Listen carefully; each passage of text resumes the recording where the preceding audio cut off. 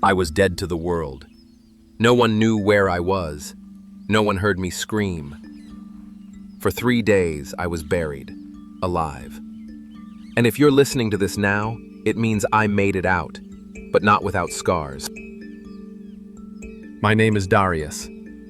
At the time, I was 28 years old, working construction in a small town in northern India. It wasn't glamorous work, but it paid well enough to support my mother and little sister after my father died.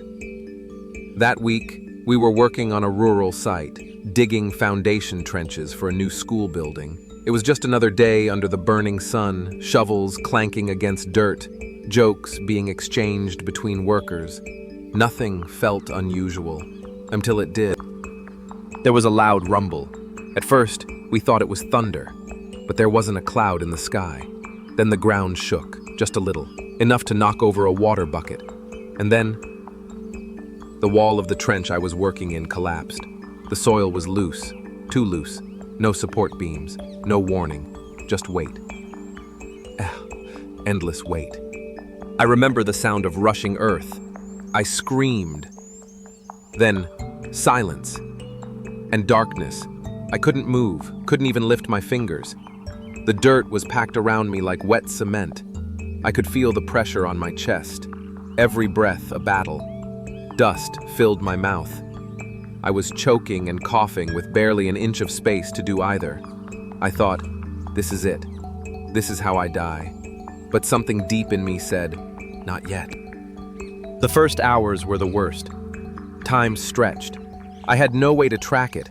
No light, no sound, just the steady drum of my heart in my ears. I whispered to myself to stay awake. I thought of my sister, the way she smiled when I gave her candy from the city. I thought of my mother, how she prayed over me every morning.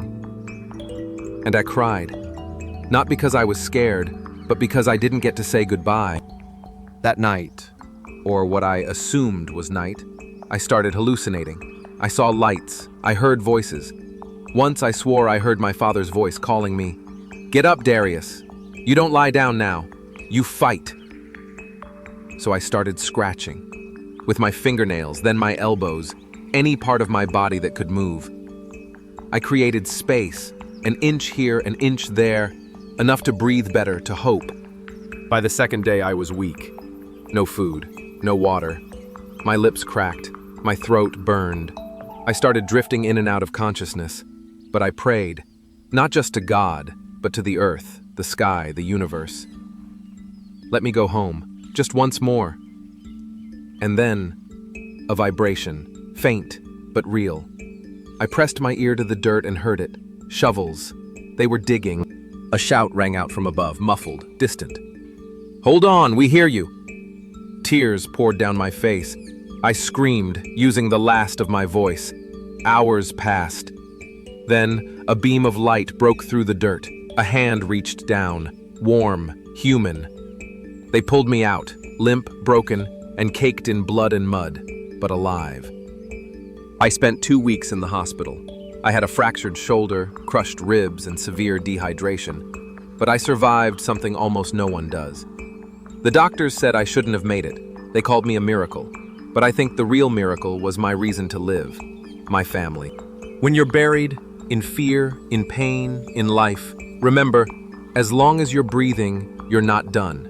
There's always a way out, even if it takes time, even if no one sees you yet. I was buried alive for 3 days, but my spirit never gave up. Do you believe in miracles? Have you ever come close to death and made it back? If you have a story to tell, we're listening. Comment below or send your story anonymously to be featured in a future episode.